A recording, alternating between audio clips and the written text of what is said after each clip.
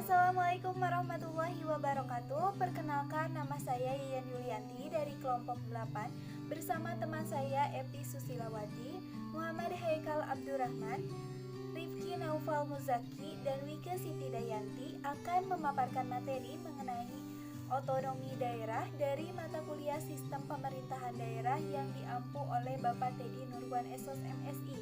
Langsung saja kita pada pemateri yang pertama.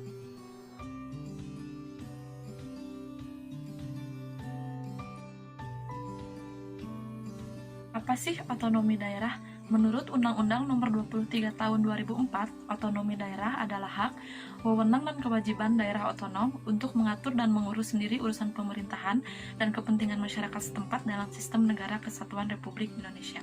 Perkembangan otonomi daerah di Indonesia. Di tahun 1903, kolonial Belanda mengeluarkan Stadblad nomor 329 yang memberi peluang dibentuknya satuan pemerintah yang mempunyai keuangan sendiri. Ini kebijakan otonomi daerah pertama yang diberlakukan di Indonesia. Pada tahun 1945, pemerintahan mengeluarkan Undang-Undang Nomor 1 Tahun 1945 yang menitikberatkan asas dekonsentrasi, mengatur pembentukan komite daerah, KND, karesidenan, kabupaten kota berotonomi. Undang-Undang Nomor 22 Tahun 1945 menyebutkan bahwa daerah negara Republik Indonesia terdiri dari 3 tingkat provinsi, kabupaten atau kota besar, desa atau kota kecil. Masing-masing daerah berhak mengurus rumah tangga sendiri. Menurut Undang-Undang Nomor 1 Tahun 1957, daerah otonom diganti dengan istilah daerah swatantra. Wilayah Republik Indonesia dibagi menjadi daerah besar dan kecil. Tahun 1996, pemerintahan melalui Kepres Nomor 11 Tahun 1996 menetapkan tanggal 25 April sebagai Hari Otonomi Daerah. Tahun 1998 terjadi krisis ekonomi. Presiden Soeharto lengser karena tekanan mahasiswa yang berdemo. Pak B.J. Habibie kemudian naik. Dia merasa Indonesia lebih baik jika setiap daerah diberi kewenangan yang seluas-luasnya untuk mengurus dan mengelola daerahnya masing-masing sesuai prakarsa dan inisiatifnya. Lahirlah Undang-Undang Republik Indonesia Nomor 22 Tahun 1999. Daerah diberi wewenang penuh kecuali urusan politik luar negeri, pertahanan, peradilan, moneter, dan lain-lain. Sampai dengan 2004 terbentuk daerah otonomi baru atau DOB sebanyak 7 provinsi dan 115 kota dan 26 kabupaten.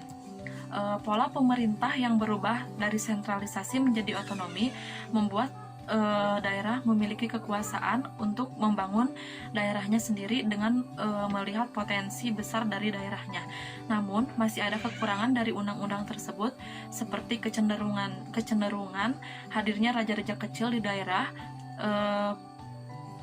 pembangkang wali kota atau bupati kepada gubernur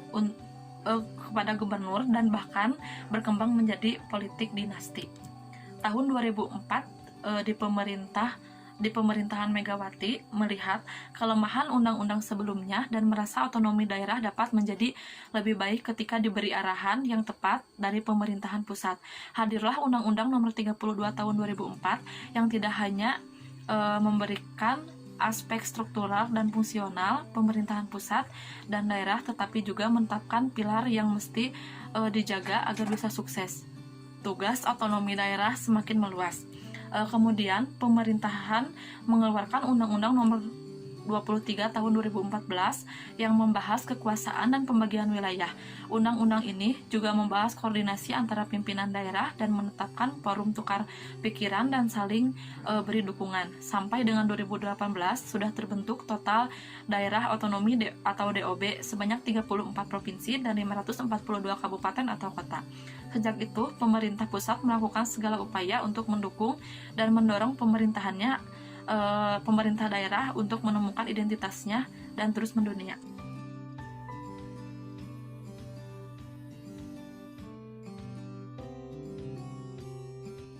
Assalamualaikum warahmatullahi wabarakatuh. Nama saya Muhammad Haikal Abdurrahman akan melanjutkan materi yang sebelumnya. Di sini ada nilai dasar otonomi daerah. Otonomi daerah memiliki beberapa nilai dasar, yaitu kebebasan masyarakat dan pemerintah daerah dalam mengambil tindakan dan kebijakan untuk memecahkan masalah, Yang kedua, partisipasi masyarakat berperan aktif dalam proses perencanaan, pelaksanaan, dan pengawasan kebijakan publik di daerahnya. Yang ketiga, efektivitas dan efisiensi melalui kebebasan dan partisipasi masyarakat. Jalannya, pemerintahan akan lebih tepat sasaran atau efektif dan tidak menghamburkan anggaran atau tidak terjadi pemborosan. Langsung prinsip otonomi daerah. Di sini ada 3 prinsip, yaitu prinsip otonomi seluas-luasnya, prinsip otonomi yang bertanggung jawab, dan prinsip otonomi nyata. Prinsip otonomi seluas-luasnya merupakan prinsip otonomi daerah di mana daerah diberikan kewenangan dalam mengurus dan mengatur semua urusan pemerintah yang meliputi kewenangan semua bidang pemerintahan, kecuali kewenangan terhadap bidang politik luar negeri, moneter, keamanan, agama, peradilan, keamanan, serta fiskal nasional. Selanjutnya, prinsip otonomi yang bertanggung jawab merupakan prinsip otonomi yang dalam sistem penyelenggaraannya harus sesuai dengan tujuan yang dimaksud dari pemberian otonomi, yang bertujuan untuk memberdayakan daerahnya masing-masing dalam meningkatkan kesejahteraan rakyat.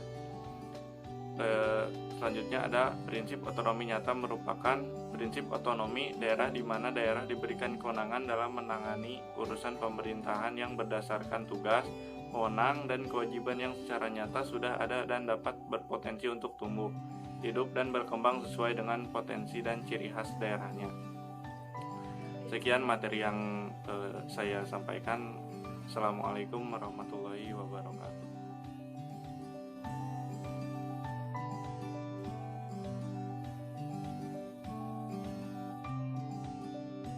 Assalamualaikum warahmatullahi wabarakatuh. Nama saya Rifki Noval Muzaki dari kelas 3B. Di sini saya akan menjelaskan mengenai asas otonomi daerah. Yang pertama, asas desentralisasi, yaitu penyerahan wewenang pemerintahan dari pemerintah kepada daerah otonom berdasarkan struktur NKRI. Yang kedua, asas dekonsentrasi, yaitu pelimpahan wewenang dari pemerintah kepada gubernur sebagai wakil pemerintah dan atau perangkat pusat daerah.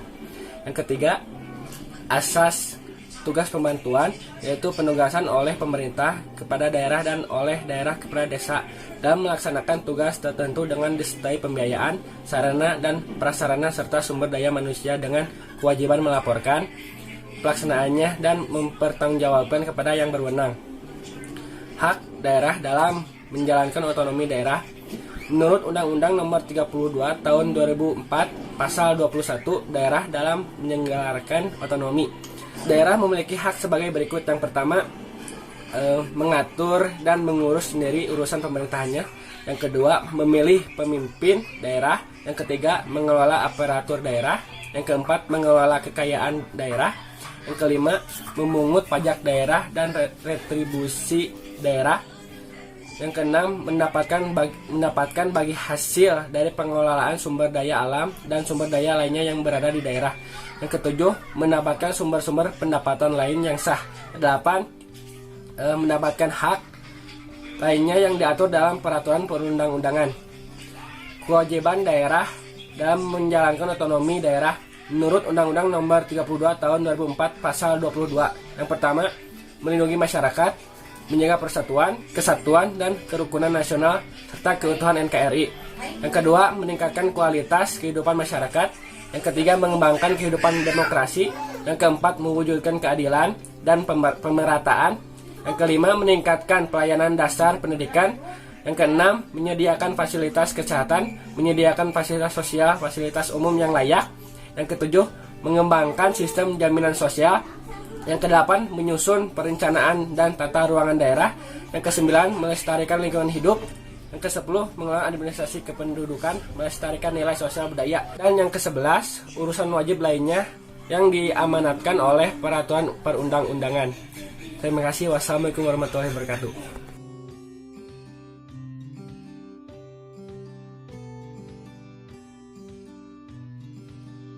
Assalamualaikum warahmatullahi wabarakatuh. Nama saya Wiklesti Dayanti. Di sini saya akan melanjutkan materi selanjutnya. Di sini ada tujuan otonomi daerah. Tujuan otonomi daerah ada 8. Yang pertama yaitu untuk meningkatkan pelayanan masyarakat yang semakin baik. Yang kedua, keadilan nasional. Yang ketiga, pemerataan wilayah daerah. Yang keempat, mendorong pemberdayaan masyarakat. Yang kelima, menjaga hubungan baik antara pusat dengan daerah, antar pusat, serta antar daerah dalam rangka keutuhan NKRI. Yang keenam, untuk mengembangkan kehidupan yang demokrasi. Yang ketujuh, untuk meningkatkan peran serta masyarakat dalam menumbuhkan prakarsa dan kreativitas. Dan yang kedelapan, untuk mengembangkan peran dan fungsi Dewan Perwakilan Rakyat Daerah atau DPRD. Selanjutnya ada tujuan otonomi daerah dari sisi politik, administrasi, dan ekonomi. Di sini ada tujuan politik. Pelaksanaan pemberian kewenangan daerah bertujuan untuk mewujudkan proses demokrasi politik melalui partai politik dan DPRD.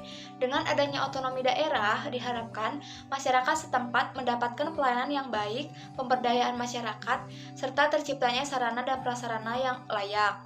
Selanjutnya ada tujuan administratif. Ini berhubungan dengan pembagian administrasi pemerintahan pusat dan daerah, termasuk dalam manajemen birokrasi serta sumber keuangan. Pemberian kewenangan daerah juga bertujuan untuk mewujudkan pengelolaan sumber daya alam yang lebih efektif dan memberikan peluang kepada warga setempat untuk turut serta dalam menyelenggarakan pemerintahan. Selanjutnya ada tujuan ekonomi. Dari sisi ekonomi, pemberian kewenangan daerah diharapkan dapat mewujudkan peningkatan indeks pembangunan manusia sehingga kesejahteraan masyarakat setempat menjadi lebih baik. Selain itu, penerapan otonomi ini bertujuan untuk meningkatkan daya saing dan kualitas produksi daerah otonomi tersebut sehingga berdampak nyata pada kesejahteraan masyarakat setempat. Sekian dari saya, terima kasih.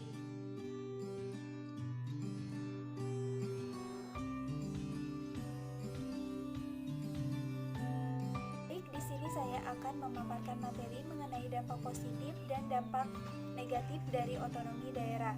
Yang pertama, dampak positif dari otonomi daerah. Otonomi daerah memberikan dampak positif yang begitu banyak bagi bangsa Indonesia.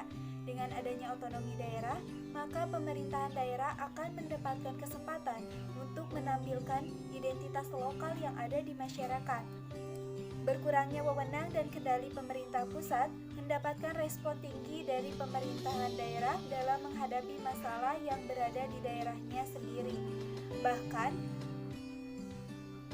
dana yang diperoleh lebih banyak daripada dana yang didapatkan melalui jalur birokrasi dari pemerintah pusat. Dana tersebut memungkinkan membangun program promosi kebudayaan dan juga pariwisata di daerah. Namun, di balik dampak positif dari otonomi daerah juga memiliki banyak sekali dampak negatif bagi bangsa Indonesia. Dengan adanya otonomi daerah, maka memberikan kesempatan bagi oknum-oknum di pemerintahan daerah untuk melakukan tindakan yang dapat merugikan negara seperti korupsi, kolusi, dan nepotisme. Selain itu juga terkadang ada kebijakan-kebijakan daerah yang tidak sesuai dengan konstitusi negara yang dapat menimbulkan pertentangan antar daerah satu dengan daerah tetangganya atau bahkan daerah dengan negara. Seperti contoh pelaksanaan undang-undang anti pornografi di tingkat daerah.